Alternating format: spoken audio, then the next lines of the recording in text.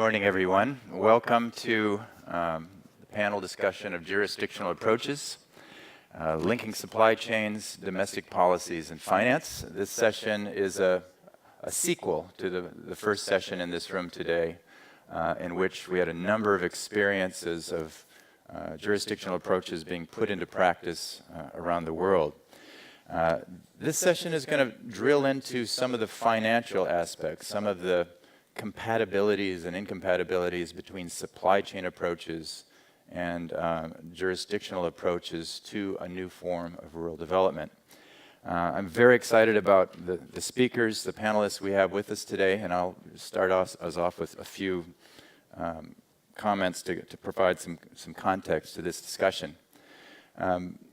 I think there's, at some level, sort of some confusion maybe, or multiple definitions of what we mean by jurisdictional approaches. It's interesting to think where we were back in 2007, where really a lot of the focus was on the jurisdiction as the nation. So with jurisdiction, we really refer to large boundaries around large-scale chunks of landscape.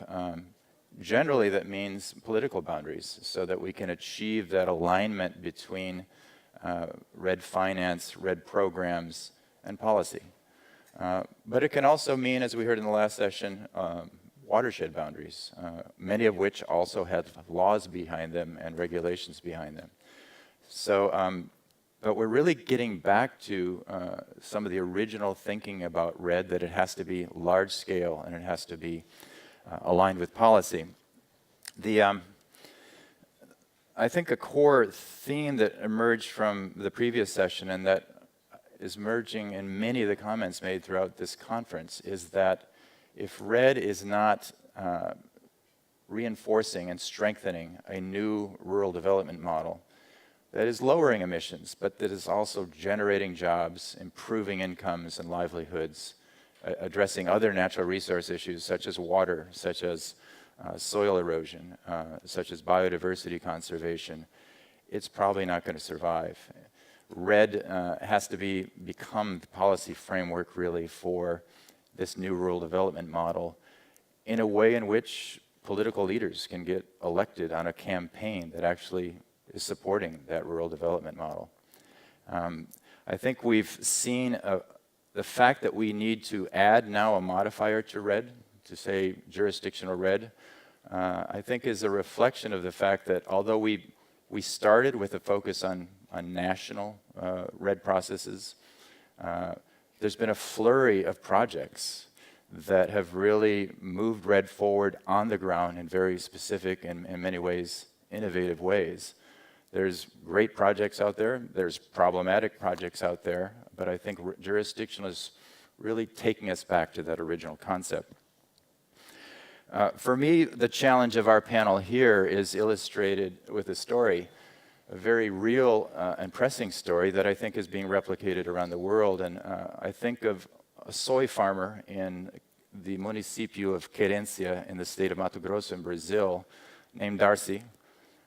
He was telling me a few months ago how he has done his part. His soy farm is about half forest covered. He's had a hard time complying with the law, but when his municipality went onto the blacklist from a federal program, he was cut off from credit. He had a hard time selling his products. And he feels like he has done his part. He doesn't really understand what REDD is. He knows that there's this thing called the Round Table on Responsible Soybeans. He doesn't really understand. They talk about something called high conservation value areas. He's not sure what that means. He's dealing with the forest code, which says how much of his land has to be in forest. He's heard about this new line of credit that we'll hear more about today called the low carbon agriculture credit. He's a little concerned that it's sort of complicated and he would have to hire a technical assistant to prepare the proposal to apply to that credit. He's heard that there's big buyers of commodities, including soy out there, and something called the Consumer Goods Forum that have a 2020 target of zero net deforestation, and he's not sure what that means. Is that going to further make his life more difficult as a farmer? He has heard about the soy moratorium, which basically says if you clear forests after July of 2006, you cannot sell that soy. If you plant soy on that land cleared after that date. Similar moratorium for beef. He's basically dealing with 8 different processes around the issue of forest. He's confused, and he's particularly frustrated because none of those have addressed some of his core needs. He would love to add cattle into his production system. He has a shortage of high-quality calves. He needs ways of getting his product to storage and then from there to market. He's facing a number of challenges, and he feels like he's done his part. And I suspect that there are hundreds, if not thousands, of similar stories around the world of this fragmented world of REDD that we're in today, in which the connection between actual change and rural development on the ground is not being achieved.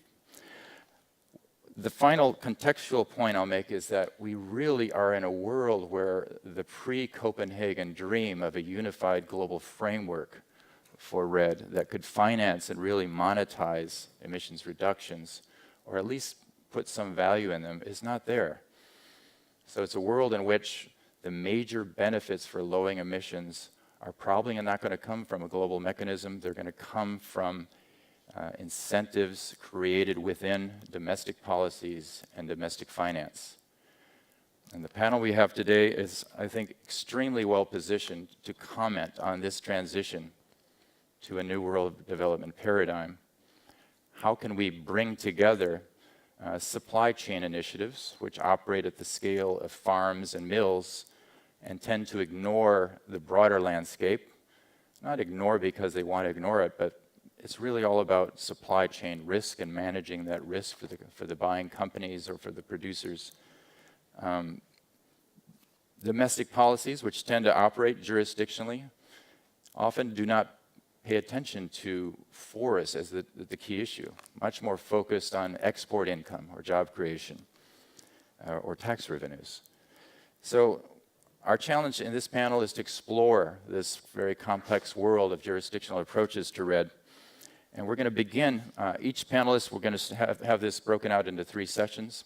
Initially, each panelist will speak for 5 or 6 minutes, providing their perspective on a few questions that I'll pose to them. Then we'll have another rapid set of comments for issues that emerge from their opening remarks. We want to make sure we have at least 30 minutes for questions from all of you, where there's tremendous expertise. We're going to begin with Aloysio de Mello. Aloysio is from the Ministry of Finance in Brazil. His team has really been behind some of the very innovative financial instruments rolled out, such as the low carbon credit line of credit, low carbon agriculture line of credit. And Aloysio, the question I have for you, 2 questions really, is what do you see as the potential for public and private agriculture and forestry finance investments to favor not just property level or stand level performance, but this broader transition to jurisdictional performance that is fundamental to low emission rural development? And how could, do you see an opportunity for measuring performance at that level? Do we need an index of performance? Is that need met by REDD and REDD safeguards? Is it met by roundtable standards for commodities? Or do we really need something that's simpler? Aloysio.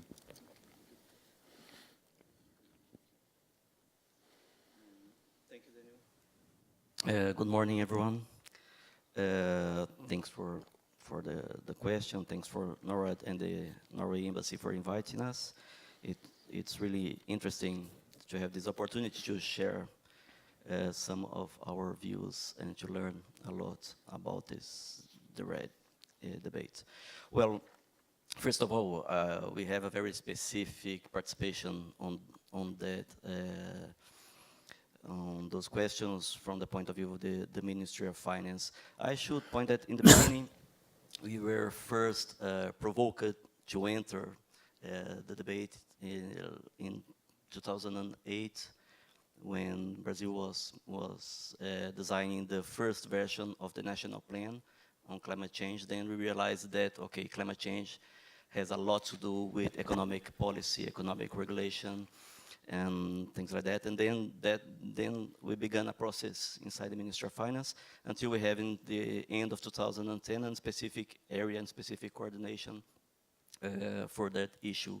In parallel, in another moment, in 2008, in the very beginning of 2008, we were demanded to contribute to make some kind of measure to support the national strategy to avoid combat deforestation in the Amazon.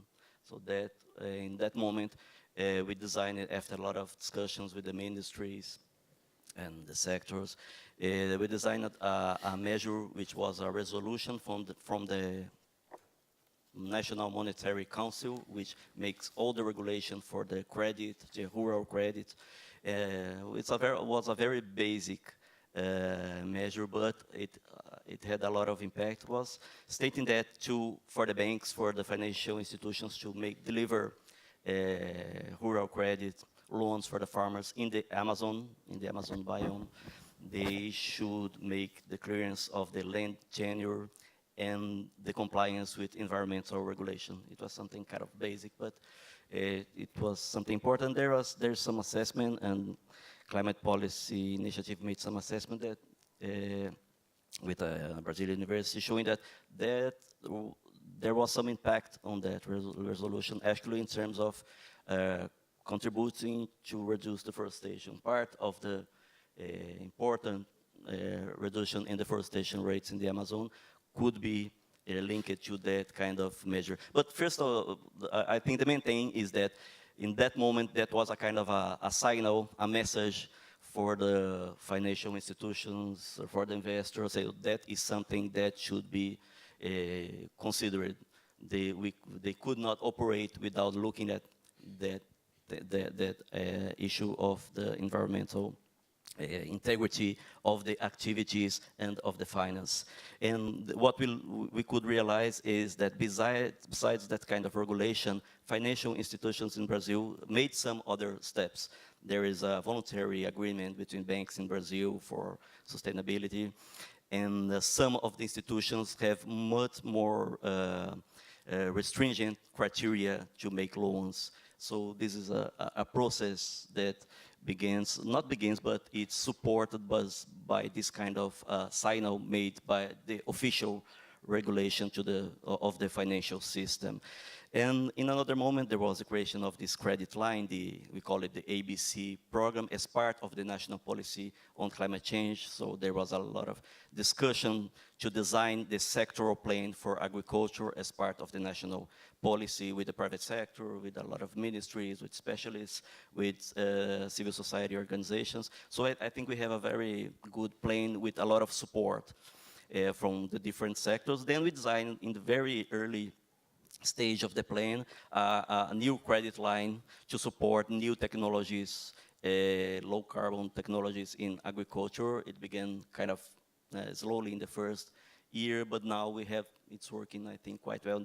We are in the fourth year of the credit line, so we have something like 2 billion, 1.5 billion effectively delivered in terms of finance to low carbon agriculture with support of the Treasury to reduce the interest rates. So that was also, in that moment, we saw another kind of movement from the private sector and from the investments in terms of engaging that kind of strategy, kind of saying, oh, okay, we are part of this, and we had a lot of support from organizations, from the state governments. They designed the specific plans for low carbon agriculture and things like that. So another movement was begun with that kind of initiative. What I can say is that we are in a stage in Brazil that we have this kind of framework with regulation for the financial system, with some kind of finance to sustainable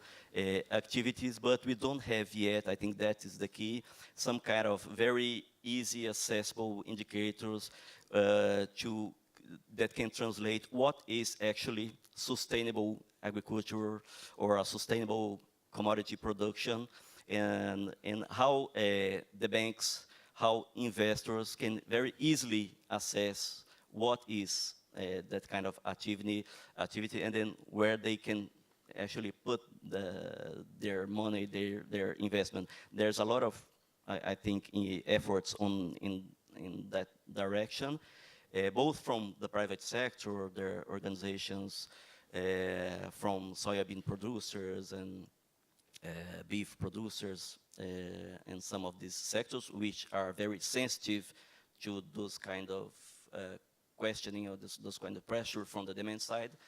But there are some investment from Embrapa, the Brazilian research institution, trying to build very simple indicators of what can be considered a sustainable system, what is the process of transition from the traditional management to a sustainable management, and we expect that we can operate with that. What we say is that you must not ask for a bank or for a private investor to itself, each one make the assessment of what is sustainability in soybean production. They must have access to a very clear, simple, useful indicators validated by the scientists, but also with support from the regulation. And as long as that is available, then we can make another step in terms of the regulations, saying something that, okay, we can lower the interest rate for the farmers who comply with this kind of standard, that kind of standard. So if we have this indicator incorporated in the regulation, I think we have something, a very good tool to advance in that kind of strategy. Okay, and I stop here. Thank you, Aloysio. And before we move to the next speaker, that is a very interesting opportunity to directly reward performance. I think it's a core principle of REDD. You've also found, however, Brazil is notorious for having complex laws and regulations, and for the farmer it's no different. And I wonder if you could speak to your experience in rewarding performance for entire jurisdictions by simplifying access to credit, as you've done recently in Pará. Yeah, as a demand after that regulation of 2008 from the National Monetary Council, we had a lot of demands to recognize specific situations. For instance, traditional communities, smallholders, they don't have to comply with all the requirements. We made a kind of a simplified access to credit for them.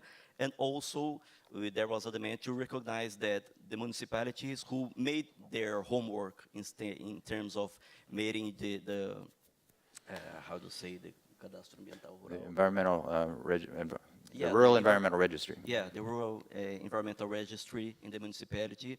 So we changed the regulation to say, okay, in those municipalities you can have, farmers there can have a kind of a easier access, a lower requirements in terms of land tenure, or some alternative compliance system in terms of land tenure for them to make it easier to access the finance.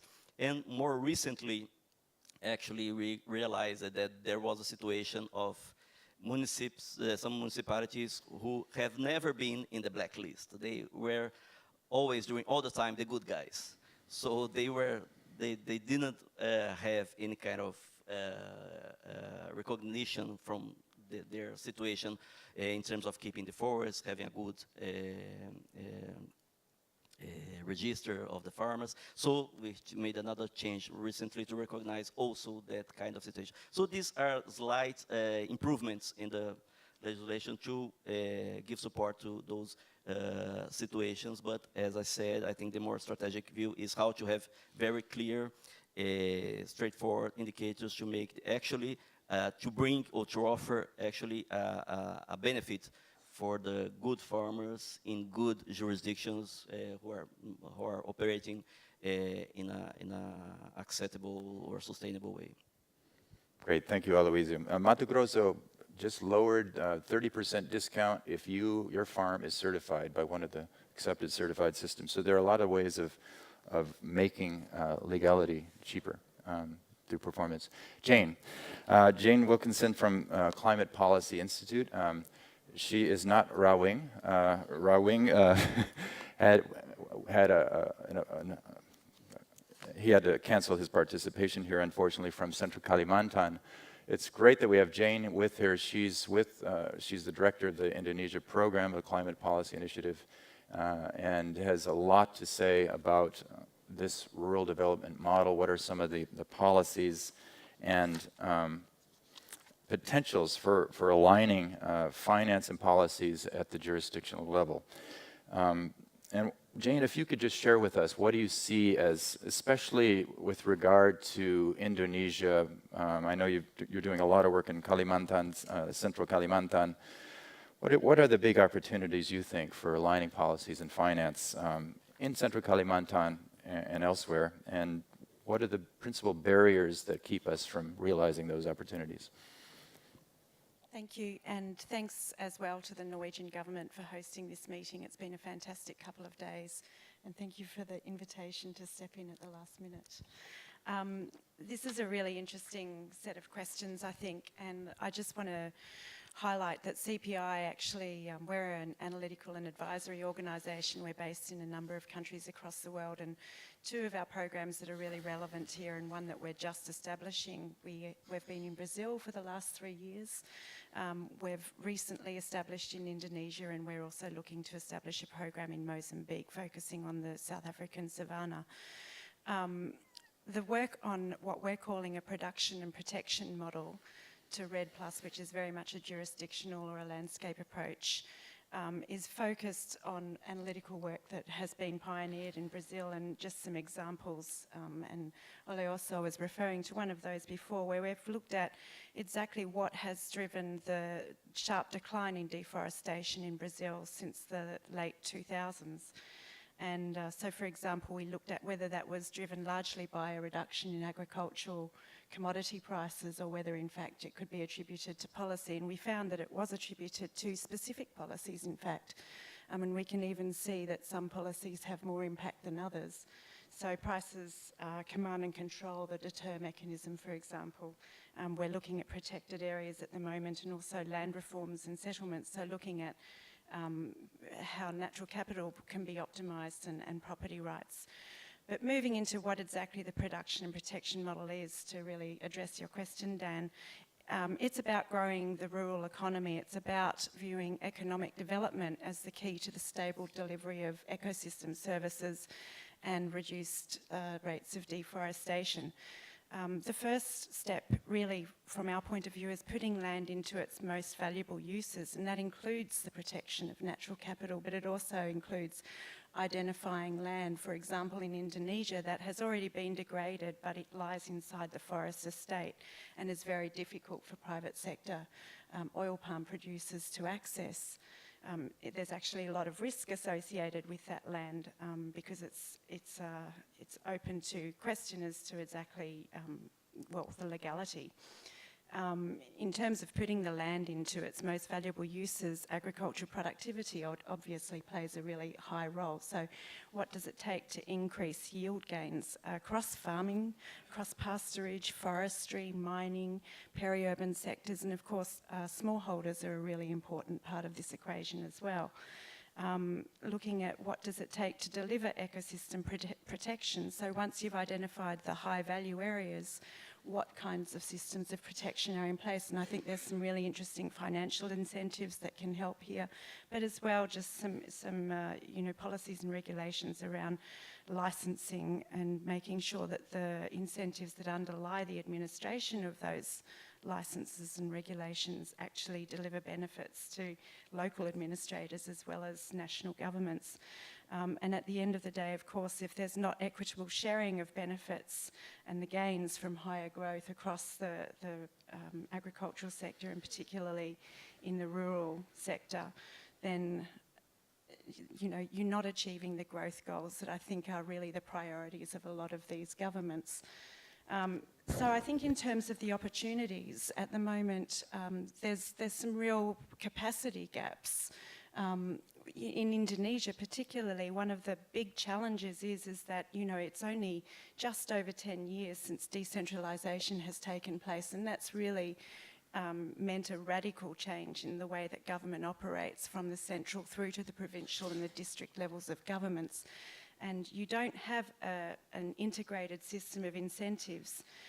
So, for example, the fiscal policies that actually derive benefit from oil palm production are managed at a national level, and most of those income flows flow back to the national level, which means that district governors who are responsible for administering the land might not have many incentives or gain a lot of benefit from actually managing the land according to the way that it's been zoned, if in fact it has been zoned according to its natural capital values. Better coordination between those different levels of government, so mechanisms to reduce the disconnect, I think, are really important. And I think the point that you made about domestic policy is absolutely essential. This action is taking place not just within countries, but at sub-regional and even lower levels. And so the domestic policies are the real drivers for the actors who are going to be participating in these programs. Better efficiency, so understanding what the role of public policy is or public financial incentives in getting, for example, large palm oil companies to start to deliver public goods to smallholders that are associated with their land. And where we're hoping to really sort of help move this along is by putting in place or supporting our local partners in Central Kalimantan in developing the locally owned, locally based evidence systems that look across the whole landscape, so fiscal, public finance, the policies, the business plans that oil palm operators have in place, the social economies, the community rights associated with the land, and understanding where these actually can feed into local policy developments to manage and improve the use of the land. I think I'll finish there for now. Great, and before we lose you, you know, we had a very interesting discussion 2 days ago as part of the meeting on Indonesia and the new Constitutional Court decision to recognize customary lands. It's a phenomenal task to map that out. What are those community lands? There's conflicts between palm producers and communities, within communities. Getting that map right so that the federal definition of uses is the same as the Bupati district level or province level is critical, it seems, to this agenda. And I guess the question is, though, you're very focused on sort of the business model, right? And what is the business case for palm oil companies to support getting to a single map and recognizing and supporting the mapping of customary lands? I think, and just to quickly come back to your point, I think this is one of the really important opportunities that does exist at the moment. So the sort of the convergence, if you like, of the fact that the governor himself has his sustainable roadmap, his vision for green growth. You've got 2 constitutional cases. In fact, you've got the one on customary rights and also the need for the forestry ministry to actually gazette land. So there is a real negotiation process, I think, around optimising the spatial planning in Central Kalimantan at the moment. But I think that this is where supply chains certainly do link up, and some of the work, for example, of the TFA, where I think one of the difficulties that we encounter talking to different businesses operating is that at the moment there is a wide range of business practices applied, and there is variability in yields. And so it's hard to understand, and you know, recognising that we're only part of the way along the road here, but it's hard to understand exactly the alignment between their incentives. And I think that something like a certification process, such as is offered by the RSPO, or will in fact become mandatory eventually under the ISPO, I think those sorts of processes can really bring a policy alignment to the incentives of businesses. And so while I am completely all for voluntary standards and businesses actually you know, really aspiring for all sorts of operational and reputational and financial reasons to improve the sustainability of their product. I think that if we can actually bring into play something like a mandatory standard, that will really help speed up the process. Thank you. And Jane referred to the governor, Governor Taras Narang of Central Kalimantan's roadmap to sustainable palm, and that would have been the topic of Rawing's intervention. And if anyone is interested in that, we'd be happy to share a summary of that initiative, which basically says by 2020, zero deforestation, sustainable palm, much larger share of smallholders participating in the benefits of palm production, and a province-wide 80% deforestation reduction target. Moving to Africa. Dr. Tuwald, you are advisor to the Minister of the Environmental Protection Authority. I've had a number of roles in government and a leader on forest issues in your country. And you are advancing a jurisdictional approach to rural development in Ethiopia and with links to REDD. And I was wondering, how are you dealing with engaging, you know, this chronic problem that REDD programs are having around the world of effectively engaging the agricultural sector and forestry sector and these economic forces that are driving deforestation? And what are some of the policies, government approaches, governance approaches that are most promising in achieving that engagement? Thank you very much. And yes, I would like to start by thanking Norway for this event. As you know, REDD stands for reducing emission from deforestation and forest degradation. Ethiopia is mostly mountainous. More than 90% of the people live in areas higher than 1,900 meters above sea level. And the agricultural revolution took place millennia ago. And the proof is that in a country the size of Ethiopia, the current number of crop species grown is more than 100. The environment is diverse, agricultural history is long, and therefore crop diversity is very high. You wouldn't expect then forests to have survived that long because there is an inbuilt contradiction between agricultural expansion and forest protection, but the system evolved to make sure that the areas that were needed for cultivation were properly cultivated and forests also were protected. That went on until the 19th century, when fear of colonial intrusion forced the central government to over-centralize its governance. That meant that it feared local organization, and yet, if you want to micromanage the environment so that crops and forests coexist, you do need, in a country of smallholder farmers, social organization, political organization at the local level that takes collective decision and enforces its own decision, so destructive individuals are curbed.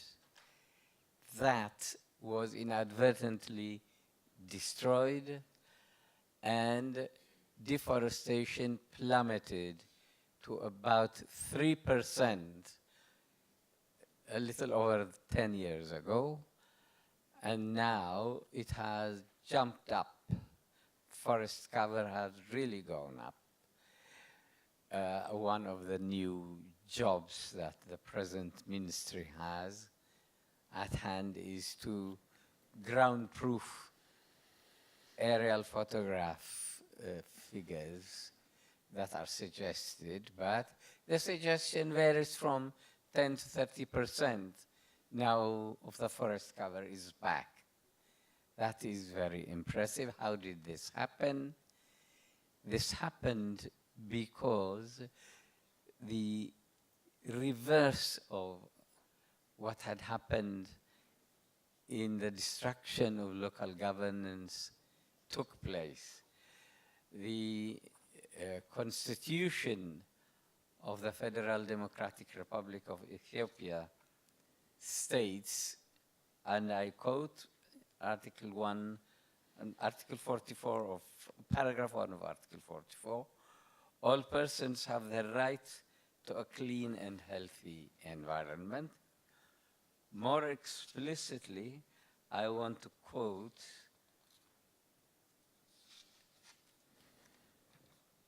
Article 50 of paragraph 4 of Article 50, which states, adequate power shall be granted to the lowest unit of governance, to the lowest unit of government, to enable the people to participate directly in the administration of such units.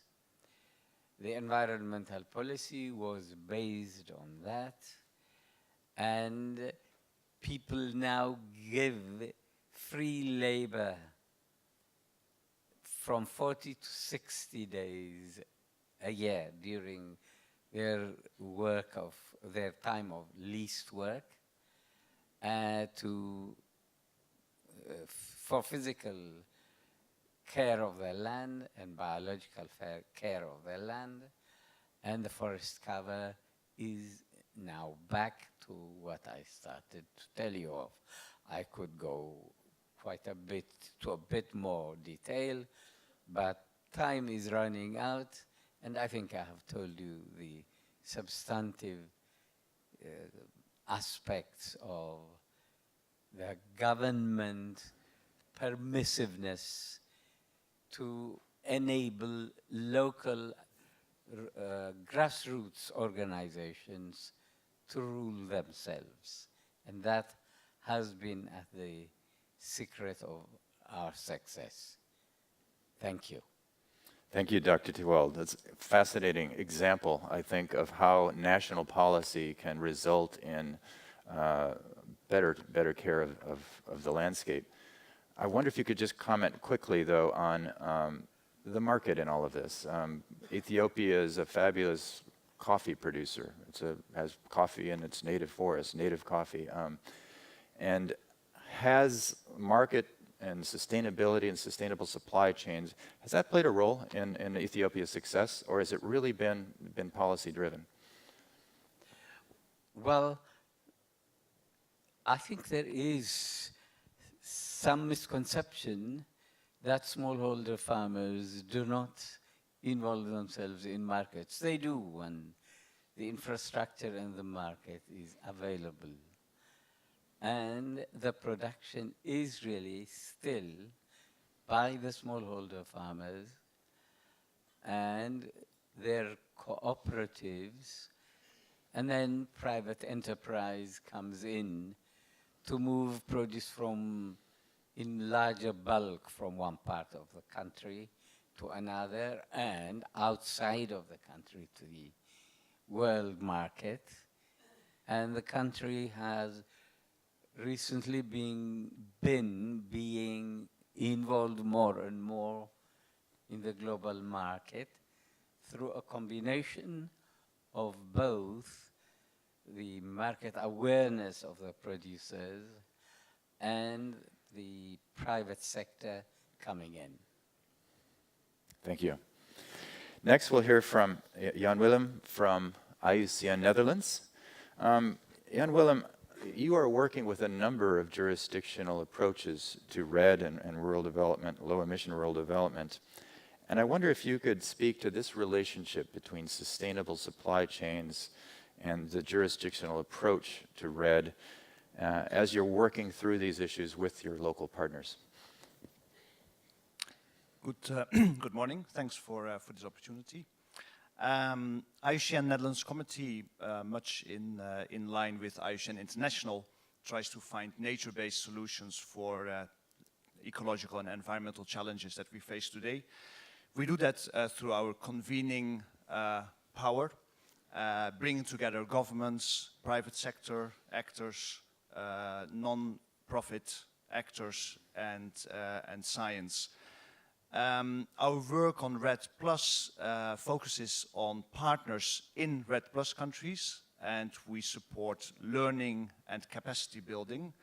Our workshops and programs focus on building understanding with those actors on the differences between project approaches and programmatic approaches, the relation between carbon as a form of finance and non-carbon dynamics of REDD Plus, the social and environmental aspects and the governance preparations, and also the relation between REDD Plus and other terrestrial carbon finance.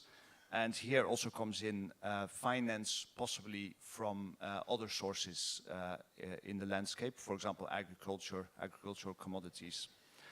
That's in short our focus on the relation to jurisdictional approach with our partners. We also work on the demand side of REDD Plus. We are launching tomorrow in the Netherlands a REDD Plus business initiative set up by IUCN, the Ministry of Economic Affairs, and the Dutch Organization of Investors and Employers. This is a fairly conventional REDD Plus initiative where we are looking in investing in a REDD Plus project, and the companies are committing to invest in a project. But we are working also with Altilia funds in this context, and here we really aim to move towards a broader landscape approach where REDD Plus is linked to greening of agro-commodities.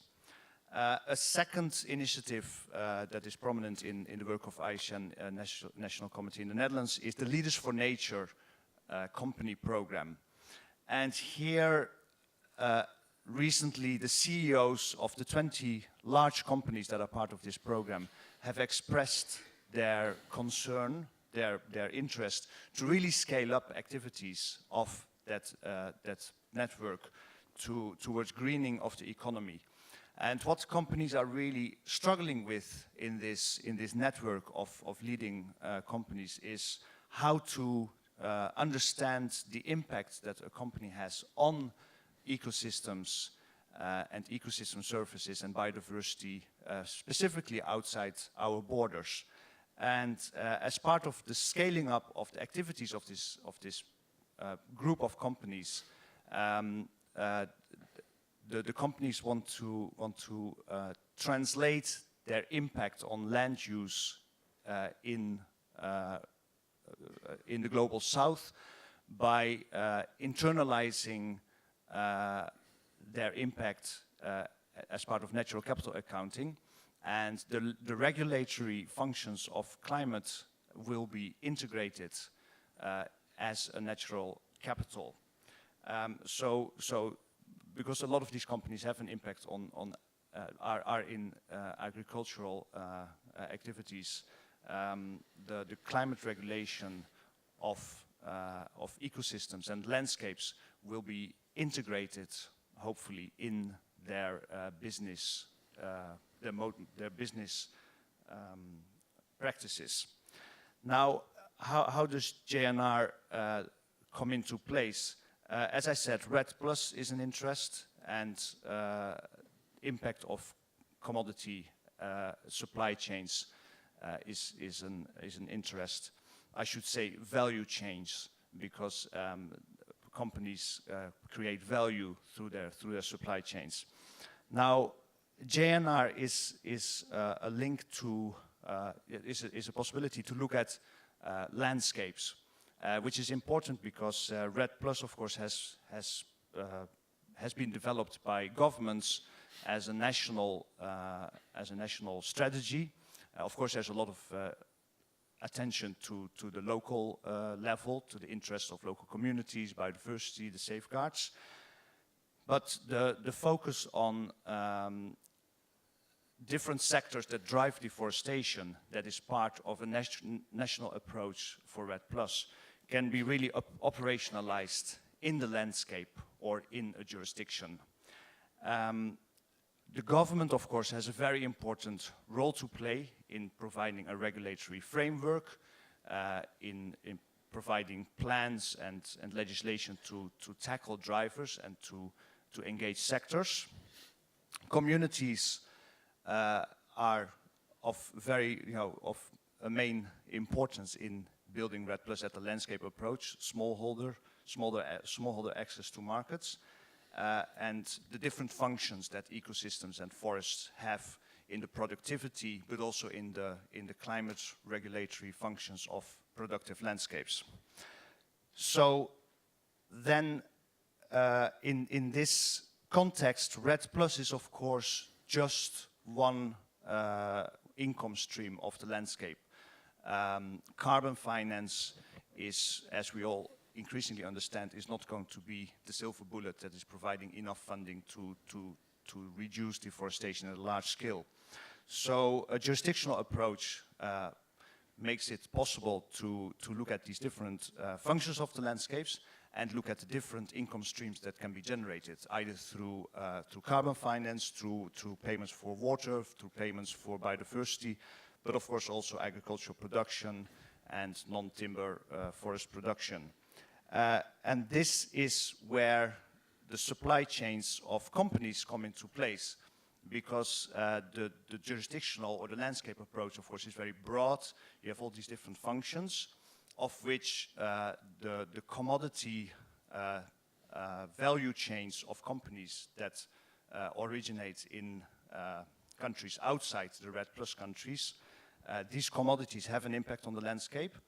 And if we truly see that the companies that we work with are willing to look at the externalities that are normally not taken into account in the business operations, then we can really address those externalities and see how we can reduce the impact on forests and the contribution to deforestation. So, of course, natural capital accounting is something that a lot of organizations and companies are focusing on. Of course, what is new about it is that externalities are internalized in capital, and that there's a balancing of social, environmental, and financial capital. But a lot of the tools that we have to use to quantify those impacts of companies, of course, are already around. Or we have to adjust those tools to make it possible to come to that translation.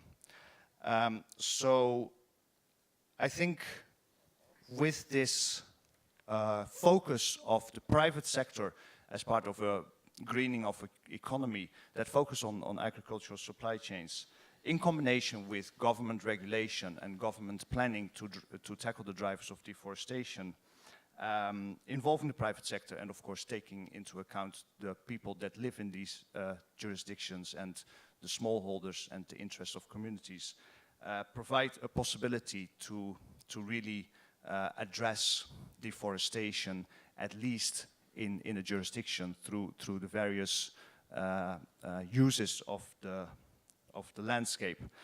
I think what I want to emphasize also is that when we talk about scaling up, it doesn't necessarily mean that that projects will be scaled up to a jurisdictional approach.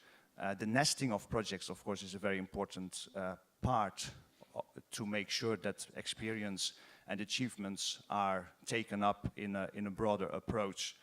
But we really are working on a new view and a new program for landscapes to bring together these various activities to reduce deforestation. Carbon finance is part of that. Projects, of course, are still having an important role, but they are also two separate things, and they each have their role. But so we're working towards a new approach towards landscapes and tackling deforestation, whether we call it REDD Plus or whether we call it a climate smart agriculture. That in itself is not so important, but the new perspective and how we're going to balance these different approaches, I think, is crucial. Thank you, Jan. Holland, the Netherlands have been a tremendous force for sustainable supply chains with a 2015 goal of only importing soy that's been growing sustainably, for example. That approach has tended, though, to focus on certified supply chains.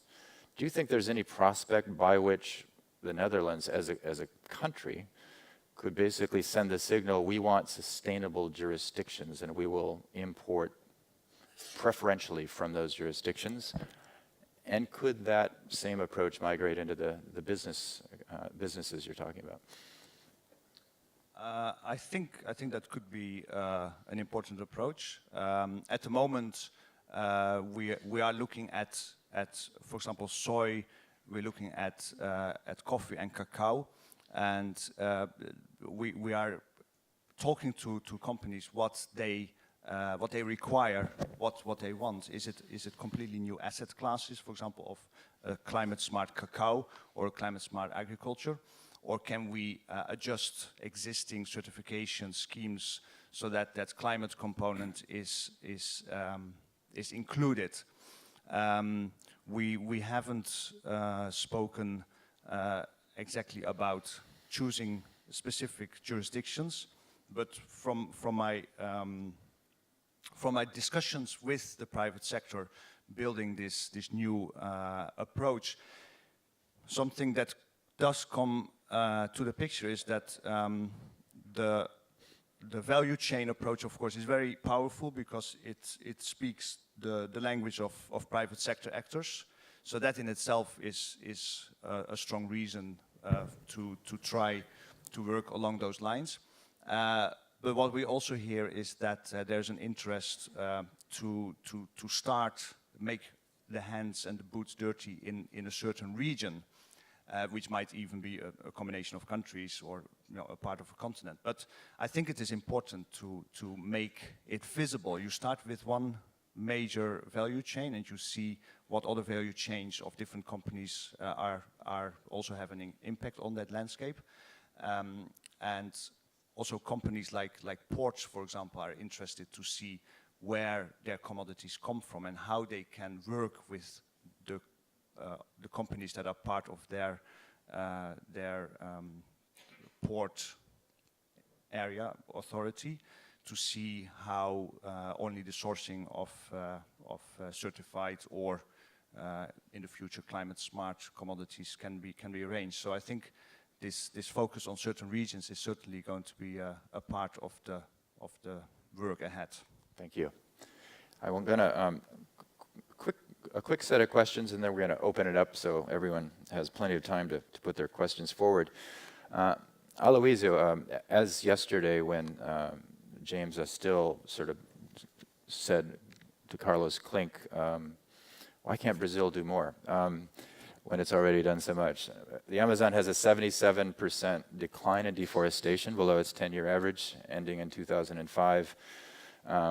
Your ABC program is, I believe, 3.2 billion reais a year out of a total of 110 billion that goes out to farmers as credit.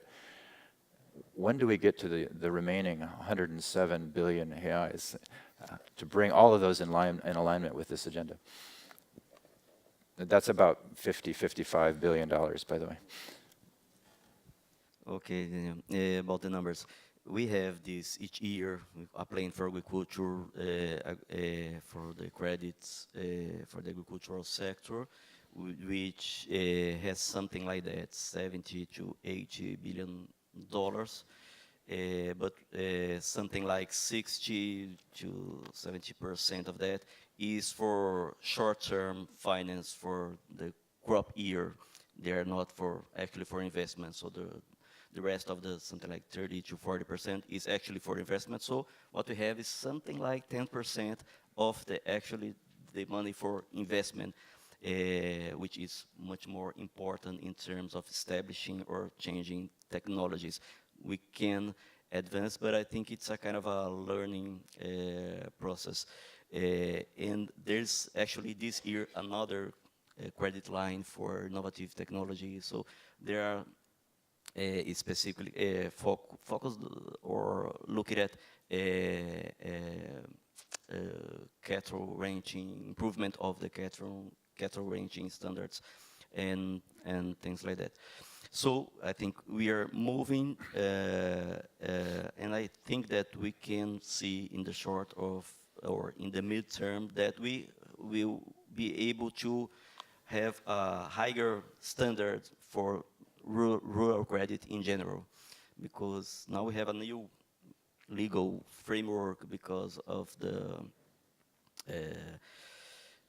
register, the Rural Environmental Register, which is mandatory right now. In 2008, each state has its own system, but now it's mandatory national level. So I think that we have some new instruments that we can make an approach in a higher level. But what is important to realize is that official rural credit in Brazil is something like 30% of the finance for the sector. The other 60 to 70% comes from private money, directly from traders, and or on other kind of direct investment managed by banks or by other actors. So we also must have some kind of instrument to dialogue with this other big share of the money.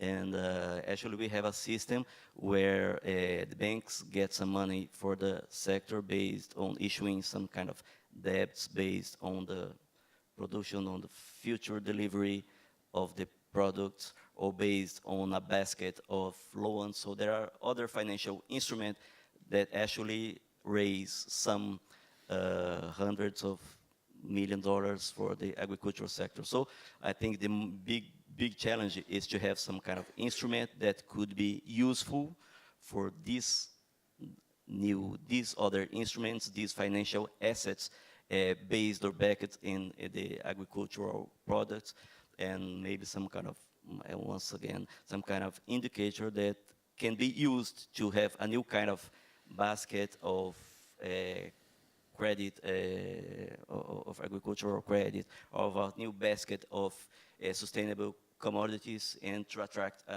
some specific profile of investors. So this, I think, approach can be, I think, more innovative and much more challenging. We are at this moment trying to figure out what could be this kind of dialogue with these financial investors or with the banks that manage this, I think, big money that goes to agricultural sector in Brazil. Thank you, Aloysio. Jane, you shared your thoughts on the business case for the palm oil company in Central Kalimantan. What about you've referred to the local district regent, the Bupati. They have the power to hand out concessions, or approve concessions as part of that permitting process. They also have to recognize customary lands, and a very important figure who's currently operating in a world where the incentives are not necessarily pushing him or her to do the right thing. How do we get to that point? What is the political and business case for the Bupati to really embrace low-emission rural development at the local scale? I realize that's a big question for the time we have. I'm just going to take a really deep breath now. I think that is exactly the question that we need to ask around how does this change actually happen on the ground, which is ultimately at the district level. That's where the communities are located, and it's where the decisions about the way that land is used is ultimately being administered. I think Indonesia has a tradition, there's a word, socialisasikan, which I think is, in my mind, certainly it's a fantastic descriptor of what real stakeholdership means. Clearly there has to be a negotiation here. it has to involve the local communities, and it has to involve the boo parties, and it has to involve the businesses. Now, I think there's a really complex combination. I mean, I think it's a really broad reform process that you're really talking about, and I think probably, in fact, this new court ruling is a catalyst. It is, in fact, an incentive to actually start this broader reform process, but I think that the process is only going to get so far if it doesn't actually bring along with it some of the central government ministries. I think that does include the Finance Ministry, which I think really does need to look at how those taxes are being levied, how the licence fees are being collected, and who stands to benefit from them at the end of the day. And that is businesses, and that is the boo parties, the local decision makers. But as well, when we think about fiscal reform, obviously there's income redistribution there, and so that's the communities as well. And when you think about income redistribution, you can think about public finance as helping private companies, so the businesses, to provide some of the public goods that communities have rights to under some of that land, but as well to some of the learning and knowledge around increasing their agricultural productivity, or you know, the use of the forest according to their traditional uses. So I think the short answer is I don't have the answer, but I think it's a really important catalyst. I think that we need to draw it into the incentive structure for a complex negotiation that lies ahead. Thank you. Dr. Tuold, Ethiopia's success on the forest issue that you described has been recognized by the REDD community and many of the institutions and donors represented in this conference. How could the REDD community be more useful for Ethiopia in continuing to consolidate that success and expand it? What are the ways in which it's helping but could help a lot more? Well, I think it is very helpful already that the REDD community, as you've referred to it, has given the attention that forests deserve. And when you look at our time of climate change, trees act as the most effective sinks for the atmospheric carbon that we have been emitting. And therefore, I think reforestation and improved forest management should always be supported. And how could it be supported? Through nations agreeing to have the right policies in place. In Ethiopia, it is basically really the policy of decentralizing decision-making, decentralizing governance to the local community level that has been the cause of success. This can be emulated in other countries as well. And this is so because it is really the people that live on the ground that can affect reforestation, effective forest management, or deforestation. However, this is not to imply that, especially when the communities are poor, that technical support and financial support will not be very handy. The technical support has to come as a minimum through the government's blessing if it's to be widespread enough. Otherwise, small projects will remain small. To become extensive, it has to involve government policy. The financial support is in the final analysis to enable capacity building so that the government can do so. So it boils down to countries really committing themselves to maximizing the positive impacts of plants on the well-being of the biosphere. Thank you. Thank you. And looking at the clock, I'm going to make sure we get, I get a way to get my question to you, William, before the end of the session. But I want to open it up now, and as I promised, we want to keep as much time as possible for questions for the floor. If you have a question, if you could stand up, and we'll come and find you with a microphone.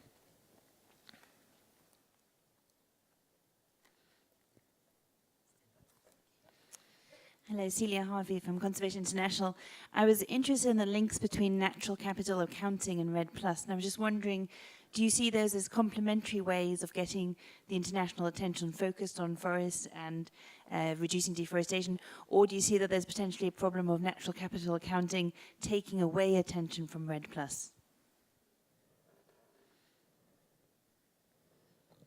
Yep. That would be great. That would be great, because that then would mean that we would have solved it. I think we're far away from that. Of course, natural capital accounting, all it does is give some sort of quantification to what is your impact, not necessarily in terms of tons of carbon or a certain unit of money. It can be, for example, translated as an impact per unit of profit. And then you can see what different operations, how they increase value, translated into profit or production, and what is your impact. And then you can or cannot make decisions. That's of course up to you. Puma made a big change in the way they are making major decisions when they found out that the impact on deforestation is actually one of their largest impacts. Reporting often triggers action. In answer to your question, I think they're two separate things. But of course, as part of what a company does, there will always be a component of maybe not necessarily compensating, but yeah, an element of compensation for a certain impact that you cannot prevent. One interesting thing is in the Netherlands there is a CO2 performance ladder that is an innovative way that encourages tenders of construction projects to show that they reduce their CO2 impact. And it really has to mean reducing your CO2, not compensation. But even in this, we are actually also talking about maybe including REDD+, because there's always a certain amount of emission that you cannot reduce through your operations. So even in that, we're actually talking to see if we can include REDD+ as a component. So there will obviously be opportunities to link it, but they're, I think, two separate issues as such. Thank you. Next question. If not, I will direct a question to Aloysio de Mello. I understand that there's been a challenge in implementing the ABC program, and that this has led to a focus within the Forest Investment Program, the FIP finance for Brazil, a mechanism for unlocking that finance and its potential to drive or support the transition to low-emission rural development in agriculture. Could you explain what the barriers have been to uptake of ABC credit?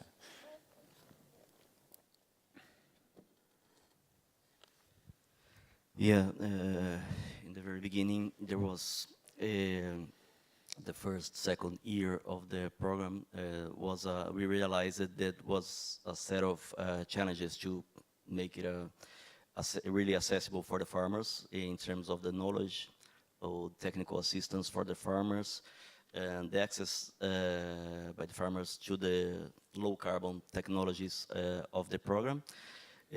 So what we had, I think one step was a real engagement of the Brazil Bank, one of the banks that is operating the credit line, and that made it allow it to begin actually to operate. But we still have a set of challenges. One is that we still have some regional concentration of the credit in the mid-south of the country. But it's important, there's a very dynamic agriculture there, but the main challenges in terms of restoring pastures, implementing new system is not there. It's much more in the center of the country, in the savannas, in the Amazon. So there are some specific efforts, and a project, part of our project under FIP is to give a specific support to ABC program in the savannas, in the cerrados, which is the main grain production area, and to make new approaches of technical assistance for the farms, the methodologies for the dialogue and for the capacity building of the farmers, and to improve the ability to design and to deliver projects to the banks. So these investments are quite necessary. It's important also to stress this, that the Ministry of Agriculture is making, I think, a very good work in terms of the dialogue with state governments to design specific approach for the ABC program in each state, to design specific targets in terms of the areas of the farmers, and mobilizing the web of technical system and institutions in each state to put it to work. So this is another part of the strategy to trying to make it more accessible and for the farmer and adaptable to each specific reality, context, and productive system. Thank you. Do we have questions? All the way in the back? Is that Liz? Liz Crosby, SEC. I just wanted to ask what the panel's views were about whether there's likely to be any acceptability of REDD money going to companies and institutions, of non-governmental institutions, to try and fix these kind of problems. Because what you seem to be talking about is linkages between multiple systems, and the actors who are best placed to do that in some case will be private companies. So I'd just like to get your sense of whether you think that's a possibility and that's going to happen, because there are very few people here from the private sector. In fact, they can be counted on the fingers of one hand, and there's a lot of work to do. And if you're talking about supply chains, then it is the private sector who's going to be most knowledgeable about those. So some things to think about. Okay. How many private sector, raise your hand if you're from the private sector. 3, okay. Incidentally, we had a number of invitations out to private sector leaders for this panel and other panels, and there was a low level of interest. I think that's an issue. But so could REDD finance flow to companies that are doing the right thing towards the objectives of REDD?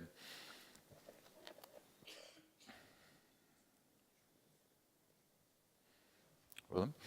Well, depends what you mean with REDD plus finance. Obviously, REDD readiness funds, forest governance preparations, payments for achieved emission, all these kinds of financial streams, of course, won't go to a company, but seed money for how do you call it, for the startup of certain changes in production as part of climate finance from public sources or from investors or from banks, that of course can be created and create access to funds to start up new programs. But I don't think REDD plus finance in itself.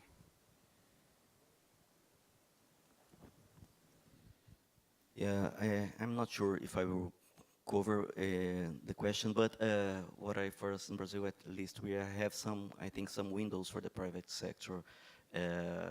For instance, also in our project in FIP, there is an approach and a specific set of part of the project specifically for the private sector under FIP. It's beginning now. It was approved a few weeks ago, I think. So we're expecting to see what will be the interest for for that opportunity. In the Amazon Fund, actually, as long as I know, we are not part of the management of the Amazon Fund with the Ministry of Finance, but there's no direct access to the resources of the Amazon Fund from the private sector. What we have in the Climate Fund, specific credit lines accessible for the private sector, and the focus, I think, is mainly on private sector. So we have a specific line. We just approved it last month, a new specific line for the forest sector, forestry, forest management, all those kind of activities. So I'm not sure if that is strictly REDD money, but it's a specific access. And also for management in the semi-arid, the forest in the semi-arid region in Brazil, there is some money on the climate fund for the private sector to access that. I think these are some of the opportunities we have in Brazil, thinking of what could be called as REDD money. Thank you. I had another question over here.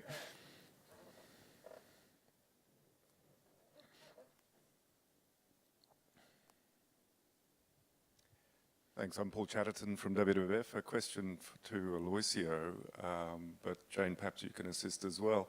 Very interested in your analysis of indicators as being a powerful way of bringing about change if they're attached to financial incentives. What sort of indicators are you starting to think about in Brazil? What might they look like, and how would you see them working? And Jane, perhaps if you have a broader understanding of how that process has worked in other places as well. Thank you. Well, for this year, for instance, there was a proposal to have a specific credit line for sustainable cattle ranching. As I said, we created actually the credit line, but the original proposal was much more bold and ambitious in terms of the design was to have different interest levels regarding to the stage of implementation of the good practices. Okay, what we asked, we from the Ministry of Finance, looking at the regulation, it was, okay, is there a very clear system of indicators to say which is the condition or the position of each farmer if he is in the top of the full implementation of the requirements, or in the middle, in the transition process, or in the beginning? And people said, oh, okay, we have the technical recommendations. There is a book here from our Embrapa, for our company for agricultural research, but it's not formal. It's not. There's no regulation. As we have regulation, for instance, for organic agriculture, it's very clear. There's a mandate. There's a clear definition what's that. There is a habilitation process for certification services for organic agriculture. So what we said, okay, we have to develop this and bring this to the regulation for the bank, for the banks have a very, very clear access to that and have confidence to say, okay, if that farmer has this standard provided by this institution, and then this institution is allowed by the Minister of Agriculture and applies a specific regulation approved by the Minister, then if we have that system, then we can design a very specific credit line. So I think this is the kind of development I think we're trying to do. There's another approach in terms of the sustainability of the productive systems made by Embrapa in another research project. So this kind of, I think, indicators that could be, as I said, be part of the regulation and then can be easily operated by the banks, by other kinds of investors or financial agents. And I think on this topic, we don't want to lose what the state of Pará has done, building upon the federal initiative to basically say these top 45 or 6 municipalities, the program that Aloisio mentioned, you're cut off from credit. That fostered huge processes, collective action among different stakeholders and local governments to get off the list, to get this simple metric deforestation rate down. And Pará state adopted that and created a simple metric of 40 square kilometers a year as the ceiling, below which you could be considered a green county, a green municipality, and with a few benefits flowing to those counties. But this collective action to achieve a jurisdictional simple metric is extremely powerful. Jane, did you want to add in something on that? Or? Just really briefly, because I think you answered the question very comprehensively. I think in terms of other financial incentives that you might think about would be indicators around the implementation or application of best business management practices, measuring improvements in yield, recognising that not all yield is about bad practice. Some of it is, I mean, a lot of it in Indonesia is actually about crop immaturity. So that would be a difficult one to measure, as well as, you know, providing some of the public goods to smallholders. So are they actually being able to access the land that they are entitled to under the law, 20% in the case of Indonesia? And are they having access to best agricultural practices or improved technologies?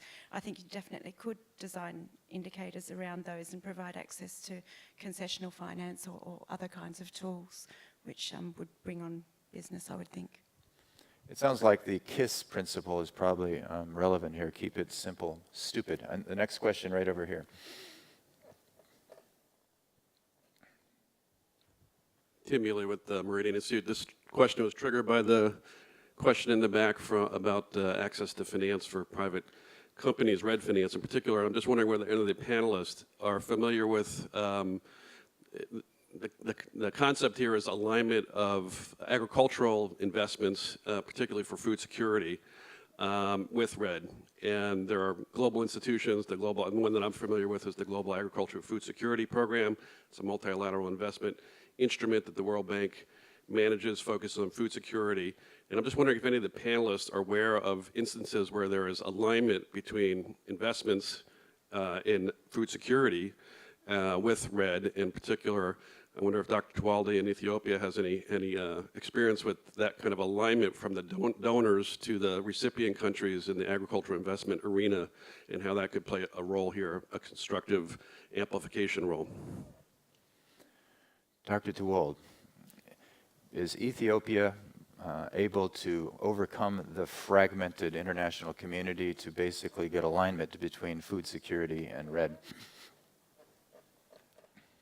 Well, if I was true to your question. I am not very clear about the question, but I'm not so sure the international community is all that focused on food security in any case.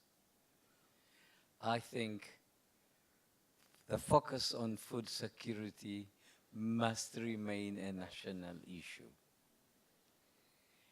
The reason I am saying that is, of course, when you have international calamities, the world has to get together to help.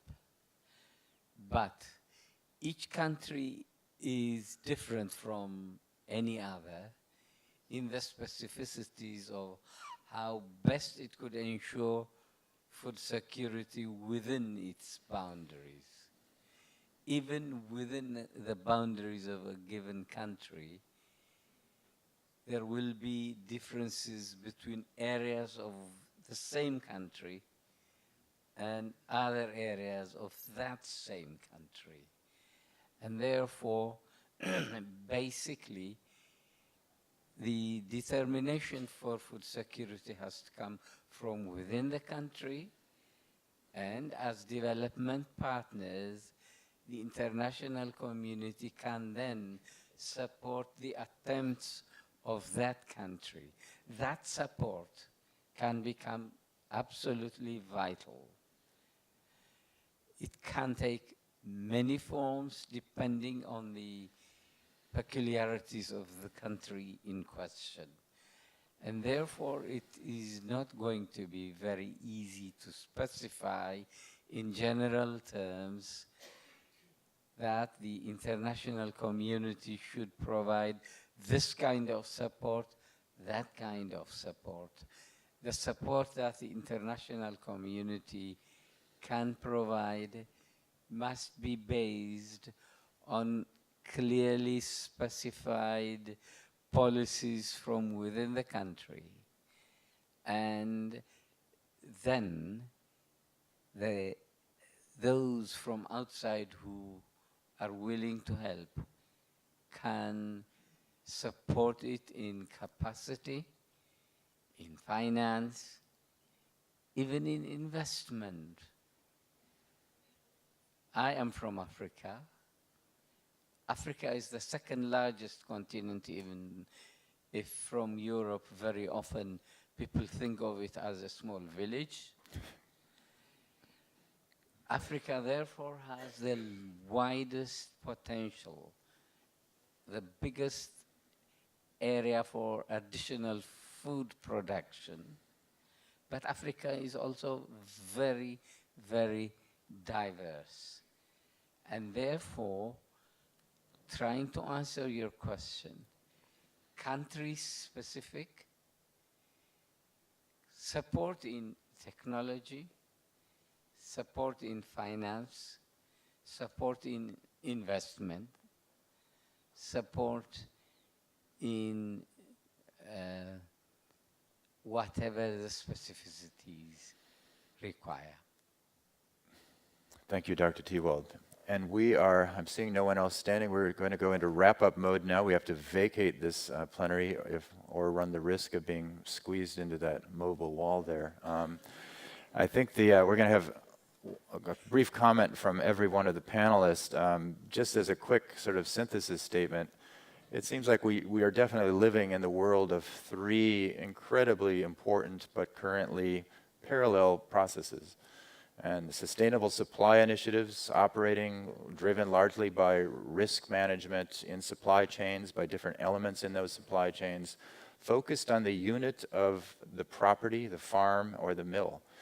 We have REDD, which began with a jurisdictional approach with national performance defined by nationwide reference levels, which has had a lot of focus on projects. And now we're seeing a resurgence of jurisdictional approaches, often at subnational levels.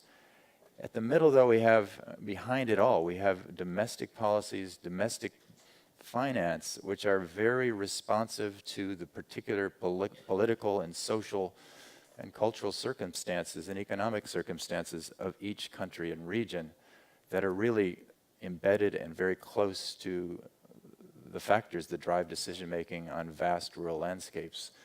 That probably has to ultimately be the integrator of REDD, of sustainable supply chains. We have a problem of metrics that don't match up.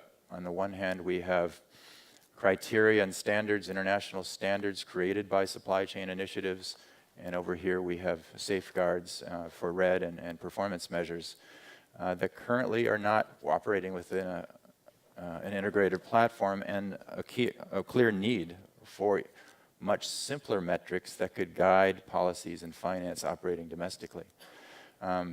So there's clearly a huge potential here that is partially realized. I think we've heard of some great innovations in realizing the potential to bring these three worlds together, but there's clearly a ways to go. And as a final comment, we've reversed the order, and William, if you could just tell the audience here, what is the main takeaway message that you would like to leave for this conference?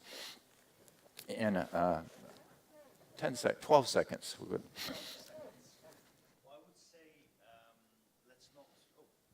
let's not get scared away by the complexity. Let's keep it simple, which of course is a challenge. But let's work towards new models where we rethink how we create value and how we see productivity, and make sure that if we create value in landscapes that are outside our own borders, and I'm speaking from a Dutch person in this respect, but it's also within countries. If we produce and create value in someone else's landscape, let's make sure that we maintain the ecological infrastructure so that those landscapes are also productive for people, for nature, for biodiversity, and for, in this case, of course, climate regulatory functions. And let's not forget that there's an incredible drama happening when it comes to biodiversity. So conventional models of making sure that a certain amount of forest is protected well now through projects and through finance that goes to protecting areas in a responsible way, including local partners. But that remains also a very important aspect that we should not forget. Thank you. Dr. DeWold. The human species is a social and creative animal. This must be strengthened with local, national, international frameworks of law, agreements, support, whatever, to maximize the creativeness of each individual. And the majority of us are creative. Only some of us who have for some reason got mentally sick are destructive. And I do not believe that a system that does not empower the individual to be creative can really have a lasting solution. So let's work towards that. Thank you. I think complexity is really a key part of this, but I would say that complexity is recognition of the fact that there are so many stakeholders. And so complexity at the start is perhaps what we need to be focusing on, rather than complexity right the way through, making sure that all of the stakeholders are at the process, at the table at the start. But I think that if we can move toward an approach that really achieves certification and sustainability, and perhaps I'm using the certification part metaphorically, across landscapes as opposed to on a project by project sort of basis, I think we are really looking at an approach that has real potential to minimise transaction costs, share benefits equitably among all of the stakeholders, achieve measurement reporting of the, the emissions that are at stake, and also the growth that is achieved. And I think that's where we need to be heading. Thank you. Well, I think a good challenge is to create a good regulatory environment and to give the right signals for the private sector, for the farmers, for them to operate, and to have space for innovation, having clear what are the mandates and the possibilities in the federal level, and state level, and the municipal level. It does not matter if the first step is made in one or the other level. We need a flexible framework to accept, to receive these first steps, and to adapt and to improve this environment in terms of the simplicity or the clarity of this context, the regulatory framework. Thank you, Aloysiu. Thanks to all of you for a very rich discussion.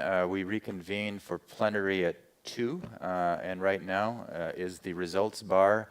I have not yet heard if any of the displays actually have beer or wine. I've been wondering about that, but I hope you find those and let me know if you do. Thank you all.